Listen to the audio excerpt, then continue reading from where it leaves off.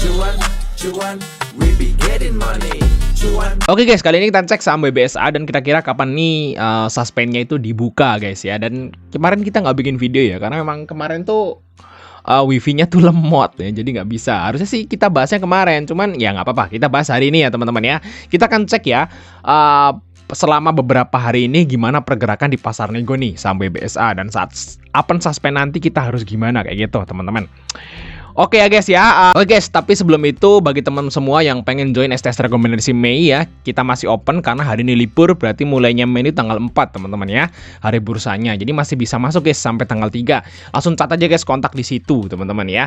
Dan kemarin kita dapat profit nih di SDMU, FPNI ini teman-teman nih ya kan. Tuh INDS tuh kita profit. Nah, ini kan di grup rekom ya, di grup diskusi April nih guys. Nah, kalau teman-teman join nanti akan di-invite ke yang Mei teman-teman. Nah, ini kan April nih yang terakhir, hari terakhir kemarin kayak gitu. Nah, kita profit di lumayan nih. Nah, ini SDMU nih. Kita kan profitnya bareng guys, lihat aja tuh. Ini punya saya nih Fajar Deli. Nah, ini punya temen ya kan di grup ini. Tuh. Sama kan profitnya? Sekitar segitu 40%. Kita bareng-bareng guys profitnya. Jadi nggak saya doang yang profit. Semua di grup itu yang memang dia ngambil menu itu profit kayak gitu, teman-teman. Jadi jangan sampai kelewat ya. Langsung catat aja guys kontak di situ untuk tanya-tanya tentunya. Kita tutupnya tanggal 3 ya untuk STS rekomendasi di bulan Mei. Oke, kita lihat di sini teman-teman. Kita bahas dulu tentang suspendnya nih. Nah, kalau kita lihat di sini guys ya, kita lihat ya teman-teman di RLCO. Kita bandingin RLCO ya. Bentar, tak lihatin RLCO guys. Nah, ini kan WBSA dan RLCO itu IPO di harga yang sama teman-teman. Dan kalau kita lihat RLCO itu di suspend kedua ya, di suspendnya itu dia cuma 3 hari guys. Nah, lihat di sini di tanggal 19 Desember sampai tanggal 23. 3 hari doang suspendnya. Tapi untuk WBSA nih, WBSA guys yang di atas ini. WBSA itu dia suspendnya 1 2 3 4 5 6. 6 kali guys. 6 kali ya. Kenapa kok bisa beda? Jadi gini guys, saya jelasin sesuatu hal yang menurutku sih Bursa Efek perlu perbaiki kayak gitu ya, dan saya ya curhat juga di sini. Tolonglah Bursa Efek itu kalau bikin peraturan itu tertulis lah gitu ya, dan dikasih tahu ke semua investor retail, investor semua lah, investor asing segala macam. Tolong kalau buat peraturan itu yang istilahnya itu valid kayak gitu. Misalnya nih, suspend pertama berapa hari, terus saham itu naik berapa persen UMA gitu, harus jelas. Naik berapa persen UMA, turun berapa persen UMA, suspendnya itu berapa hari, FCA-nya berapa hari, kayak gitu tuh harus jelas. Jadi jangan berbeda-beda setiap saham gitu ya. Jadi kalau kita itu sebagai investor retail saham Indonesia gitu ya, kita itu hanya bisa ngira-ngira guys.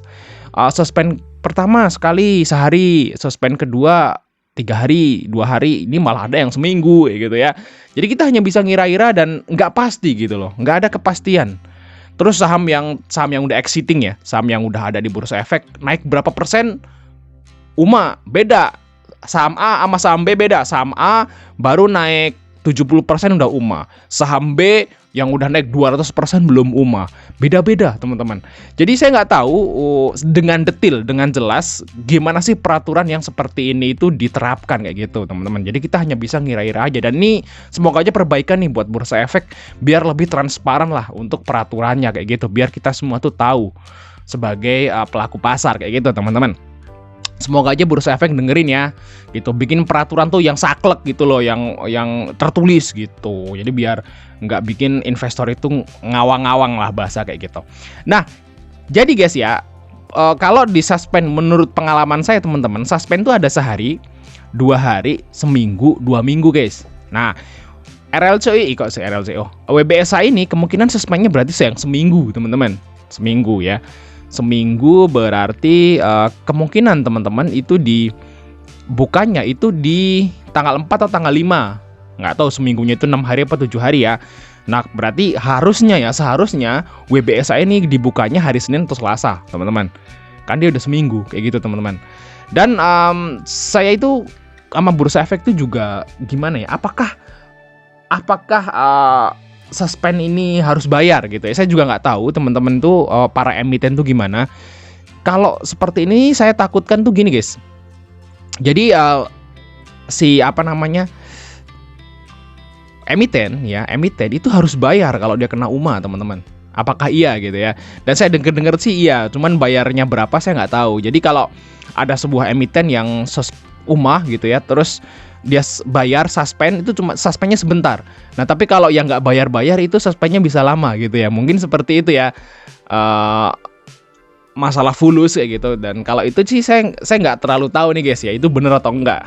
Itu hanya istilahnya tuh pemikiran saya aja, apakah harus pakai uang untuk unlock suspend kayak gitu. Oke guys, coba kita akan cek ya untuk transaksi di pasar negonya nih teman-teman ya. Apa yang terjadi di pasar nego di beberapa hari ke belakang selama suspend nih. Nah, WBSA ini suspend dari tanggal 23 April ya teman-teman. Coba kita cek sampai sekarang teman-teman. Kita cek dari tanggal 23 April di sini. Nah, ini di pasar nego ya teman-teman WBSA. Nah, ternyata di sini selama suspend itu ada transaksi di pasar nego teman-teman di sini. Nah, mereka ngambil nih ya si CP di 1.500 nih. Dia ngambil lumayan banyak nih teman-teman ya. Terus 2 miliaran nih teman-teman ya di sini.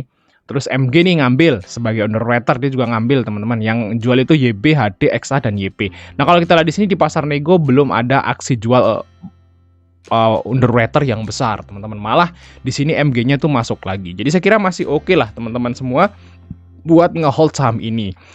Dan kalau misalnya nanti dibukanya tuh FCA harusnya sih aman. Kenapa kalau FCA itu aman?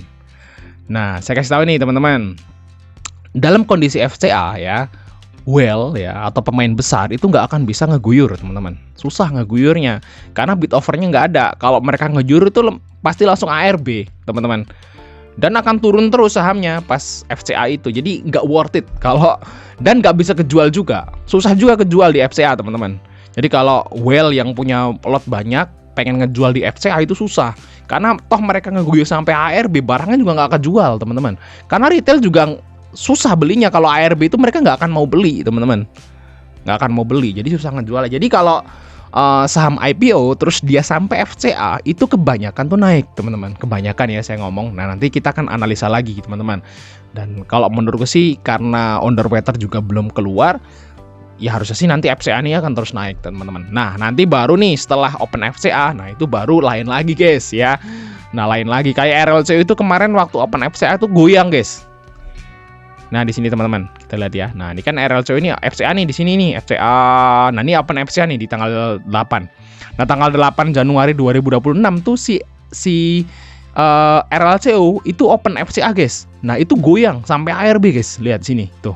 Sampai nggak tahu nih saya sampai ARB atau enggak, yang pasti merahnya lumayan dalam di sini teman-teman. Tapi endingnya dia arah lagi teman-teman. Endingnya dia arah lagi. Jadi istilahnya sempat goyang lah setelah dia lepas FCA kayak gitu.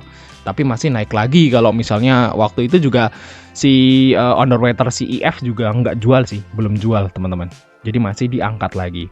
Kayak gitu guys. Nanti kita lihat lagi lah. Nanti FCA nanti kita akan pantau terus teman-teman sampai dia kebongkar kayak gitu. Karena kita masih hold juga. Oke, thanks udah nonton. Sampai ketemu di video berikutnya guys.